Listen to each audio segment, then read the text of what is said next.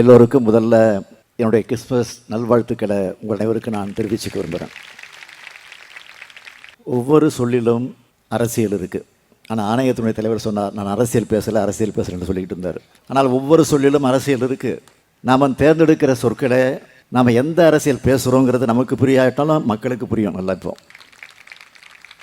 எந்த நோக்கத்துக்காக உழைக்கிறோன்னு அதை வெளிப்படுத்தும்.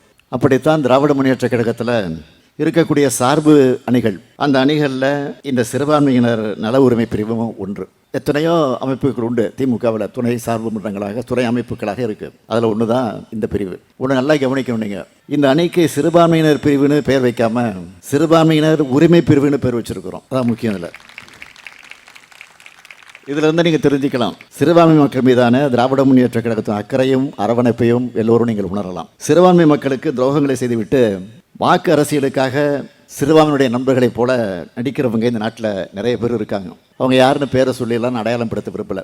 இப்படி அடையாளப்படுத்தி தான் உங்களுக்கு தெரியணும்னு அவசியமும் இல்லை. உங்களுக்கு நல்லா தெரியும். திராவிட முன்னேற்ற கழகத்தை பொறுத்த வரைக்கும் இந்த நாட்டில் சிறுபான்மை சமூகத்தை வாழக்கூடிய மக்கள் அனைவருக்கும் பெரும்பான்மையில் சொற்பமான சிலர் விதைக்கக்கூடிய வெறுப்பு அரசியலுக்கு அஞ்சக்கூடாது. மதச்சார்பின்மையும் மத நல்லிணக்கத்தையும் விரும்புகிற மக்கள் எல்லோரும் சகோதர உணர்வோடு உங்களுக்கு துணை இருக்கிறோம் என்பதை வெளிப்படுத்தக்கூடிய இயக்கம்தான் நம்முடைய திராவிட முன்னேற்ற கழகம் என்பதை நீங்கள் மறந்துடக்கூடாது. சிறுபான்மை நலனில் உண்மையான அக்கறை கொண்டிருக்கக்கூடிய இயக்கம் இங்கே நம்முடைய ஆணைய தலைவர்கள் பேசுகிற போது அழகாக குறிப்பிட்டு சொன்னார்கள். நம்முடைய ஆட்சி காலத்தில் தான் சிறுபான்மையினர் நல ஆணையம், சிறுபான்மையினர் நலக்குழு, தமிழ்நாடு சிறுபான்மையினர் பொருளாதார மேம்பாட்டுக் கழகம், சிறுபான்மையினர் நல இயக்கம், சிறுபான்மையினருடைய தமிழ்நாடு சிறுபான்மையினுடைய ஆணைய சட்டம், இப்படி எல்லாவற்றையும் தொடர்ந்து செஞ்சுக்கிட்டு வரோம். அந்த வகையில் சகோதர உணர்வின் ஒற்றுமையின் வெளிப்பாடாக இந்த நிகழ்ச்சியில் பங்கேற்பதில் நான் மிகுந்த மகிழ்ச்சி அடைகிறேன். இந்த மேடையில் போதகர்கள் 75 பேருக்கும் அருட்சகோதரிகள் 30 பேருக்கும் சிறப்பு செஞ்சுருக்கிறோம். அவங்களுக்கெல்லாம் என்னுடைய நெஞ்சார்ந்த வாழ்த்துக்களை நான் தெரிவித்துக் கொள்கிறேன். இந்த மேடையை பாருங்கள், பேராயர்களோடு பேரூர் ஆதீனமும் கலந்துக்கிட்டு இருக்கிறார். இந்த விழாவை நடத்துவர் யார்? நம்முடைய மாண்புமிகு இந்து சமய அறநிலையத்துறை அமைச்சர் சேகர்பாபு அவர்கள். இதுதான் சமத்துவ விழா. இந்த சமத்துவத்தை போற்றுவதும் பாதுகாப்பும் தான் திராவிட மாடல். திராவிட மாடல் என்னன்னு கேட்டுட்டு இருக்காங்க சில பேர். இதுதான்டா திராவிட மாடல். இப்போ போய் புரிஞ்சுக்கிங்க. மக்கள் வேறுபட்டு இருந்தாலும் மனங்கள் ஒன்றுபட்டு இருக்கணும். மனதால் எல்லோரும் ஒற்றுமையாக இருக்கணும். அதுதான் பண்பட்ட முன்னேறிய சமூகத்துக்கு அடையாளமாக விளங்கிட முடியும். அப்படிப்பட்ட சமூகம்தான் நம்முடைய தமிழ் சமூகமாக அமைந்திருக்கிறது. இதுக்கு அடித்தளம் போட்டது நம்முடைய திராவிட இயக்கம். நான் அழுத்தம் திருத்தமாக சொல்லுகிறேன், எந்த மதமாக இருந்தாலும் அது அன்பை போதிக்கணும், சகோதரத்துவத்தை போதிக்கணும், வளர்க்கணும். சக மனிதர்கள் மீது பாகுபாடு காட்டுவதாக இருக்கக்கூடாது. இந்தியா என்ற பன்முகத்தன்மை கொண்ட நம்முடைய அழகிய நாட்டில் எல்லோரும் சமத்துவமாக ஒற்றுமையாக இருக்கணும். இதற்கு தடையாக மதத்தை அரசியலுக்கு பயன்படுத்தி மக்களோட உணர்வுகளை தூண்டி பிடிவாத அரசியல் செய்வர்களுக்கு தான் நாங்கள் எதிரிங்க. மற்றபடி வழிபாடும் இறைகளும் அவரவர் விருப்பம், அவருடைய உரிமை. நம்ம பொறுத்த வரைக்கும் பேரறிஞர் அண்ணா அவர்கள் சுட்டி காட்டியதைத்தான் நான் குறிப்பிட விரும்புகிறேன். ஒன்றே குலம் ஒருவனே தேவன், ஏழையின் சிரிப்பில் இறைவனை காண்போம். எனவே சாதி மத வேறுபாடுகள் உயர்வு தாழ்வுகள் மறைத்து சமத்துவம் ஒற்றுமையும் மதநலனுக்கு முதன்மையாக விளங்கினால் உலக அரங்கில் நம்முடைய நாடு மிகப்பெரிய உயரத்தை அடைந்திட முடியும். அதுக்கான அன்பையும் அமைதியும் தான் இது போன்ற விழாக்கள் விதைக்குது. அனைத்து துறை வளர்ச்சி, அனைத்து மாவட்ட வளர்ச்சி, அனைத்து மக்கள் வளர்ச்சி, அனைத்து சமூக வளர்ச்சின்னு பாடுபட்டு வரக்கூடிய நம்முடைய திராவிட மாடல் அரசில் சிறுபான்மை மக்களுக்காக அவருடைய நலனுக்காக செயல்படுத்தப்பட்டு வரக்கூடிய திட்டங்களில் முத்தாய்ப்பான சிலவற்றை மட்டும் நான் உங்களுக்கு நினைவுபடுத்த விரும்புகிறேன். அதை நம்முடைய ஆணையத்தினுடைய தலைவர்கள் குறிப்பிட்டு சொல்லி இருக்கிறார். இருந்தாலும் நான் மீண்டும் உங்களுக்கு நினைவுபடுத்த விரும்புகிறேன். ஜெருசலேம் புனித பயணம் மேற்கொள்வதற்கான நிதி உதவி வழங்கக்கூடிய திட்டத்தில் அவர் தலைப்புச் செய்தியாக சொன்னார். நான் கொஞ்சம் புள்ளி விவரத்தோடு சொல்ல விரும்புகிறேன். இப்போ ஒரு பயனாளிக்கு நிதி உதவியாக 37,000 ரூபாய் வழங்கப்படுது. ஆண்டொன்றுக்கு இந்த திட்டத்தில் 600 பயனாளிகள் பயனடைகிறாங்க. இதில் 50 இடங்கள் கன்னியாஸ்திரிகளுக்கும் அருட்சகோதரிகளுக்கும் ஒதுக்கீடு செஞ்சுருக்கிறோம். அருட்சகோதரிகள் கன்னியாஸ்திரிகளுக்கான இந்த மானியம் 37,000 ரூபாயிலிருந்து 60,000 ரூபாயாக உயர்த்தப்படும்னு சட்டமன்றத்தில் அறிவிச்சிருக்கிறோம். அதன்படி 8,25,60,000 ரூபாய் செலவில் 4,128 கிறிஸ்தவர்கள் ஜெருசலேம் புனித பயணம் மேற்கொண்டிருக்காங்க. இந்த ஆண்டு அந்த மானியத்தை பயனாளிகளுக்கு நேரடியாக வழங்குகிற திட்டமாக மாற்றி ஆணையிட்டு இருக்கிறோம். தமிழ்நாட்டில் இருக்கக்கூடிய கிறிஸ்துவ தேவாலயங்களில் புனரமைக்கவும் பழுது நீக்கவும் வழங்கப்படும் மானிய உதவித்தொகை திட்டத்தில் இதுவரைக்கும் 37 கிறிஸ்துவ தேவாலயங்களுடைய புனரமைப்பு பணிகளுக்காக 1,61,90,000 ரூபாய் வழங்கப்பட்டிருக்கு.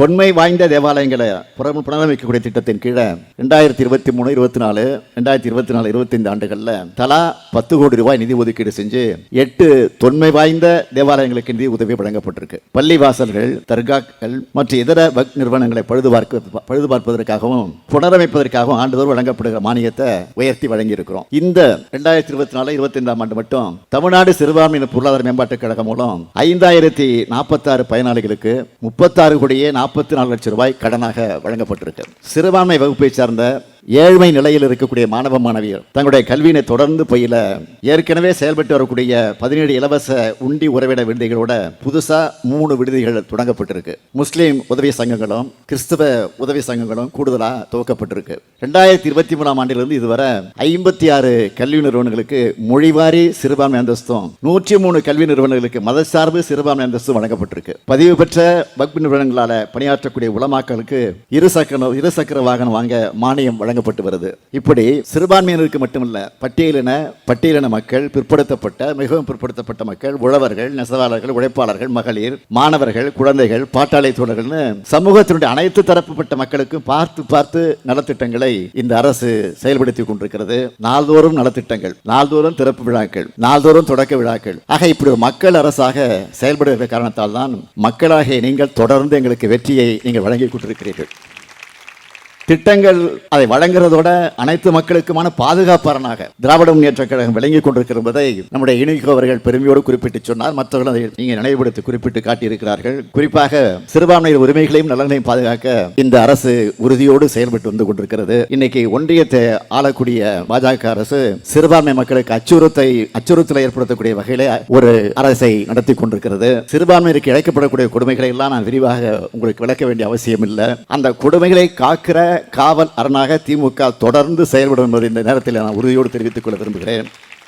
சிறுபான்மை மக்கள் அச்சுறுத்தும் குடியுரிமை திருத்த சட்டத்துக்கு எதிராக வலிமையான போராட்டங்களை தொடர்ந்து நடத்தியது திமுக தான். ஆனா அந்த சட்டத்துக்கு ஆதரவா பாராளுமன்றத்தில் ஆதரவளிச்ச கட்சி எதுன்னா அதிமுக. இப்போ எதிர்கட்சி தலைவராக இருக்கக்கூடிய திரு பழனிசாமி அவர்கள் அதுக்கு ஆதரவா எப்படியெல்லாம் பேசினார்னு உங்களுக்கு நினைவு இருக்கும். ஒன்றிய பாஜக அரசை பொறுத்த வரைக்கும் மதச்சார்பு என்ற சொல்லையே அரசியலமைப்பு சட்டத்திலிருந்து நீக்குவதற்காக துடித்துக் கொண்டிருக்கிறாங்க. அந்த சொல்லை நீக்க முடியலன்னா அரசியலமைப்பு சட்டத்தை நீர்த்து போகக்கூடிய வகையில் அதை உருவாக்குவதற்கான முயற்சியில் ஈடுபட்டிருக்கிறாங்க. சமூக நல்லிணக்க அடையாளமாக திகழக்கூடிய அண்ணல் காந்தியடிகளின் படத்தை, சம உரிமை தத்துவத்தின் அடையாளமாக இருக்கக்கூடிய புரட்சியாளர் அம்பேத்கர் படத்தை நாடாளுமன்றம் அமைச்சகமே புறக்கணிக்கிற அளவுக்கு மதவாத ஒன்றியத்தில் இன்றைக்கு ஆட்சி செலுத்திக் கொண்டிருக்கிறது. நல்லிணக்க இந்தியாவில் இப்படிப்பட்ட பிளவு சக்திகளுக்கு ஒருபோதும் இடமில்லை. அதனால்தான் நடந்து முடிந்த நாடாளுமன்ற தேர்தலில் மக்கள் பாஜகவுக்கு பெரும்பான்மை பலத்தை அளிக்கல. இருந்தாலும் அவங்க இன்னும் திருந்தல. அதுதான் நமக்கு வருத்தமா இருக்கு.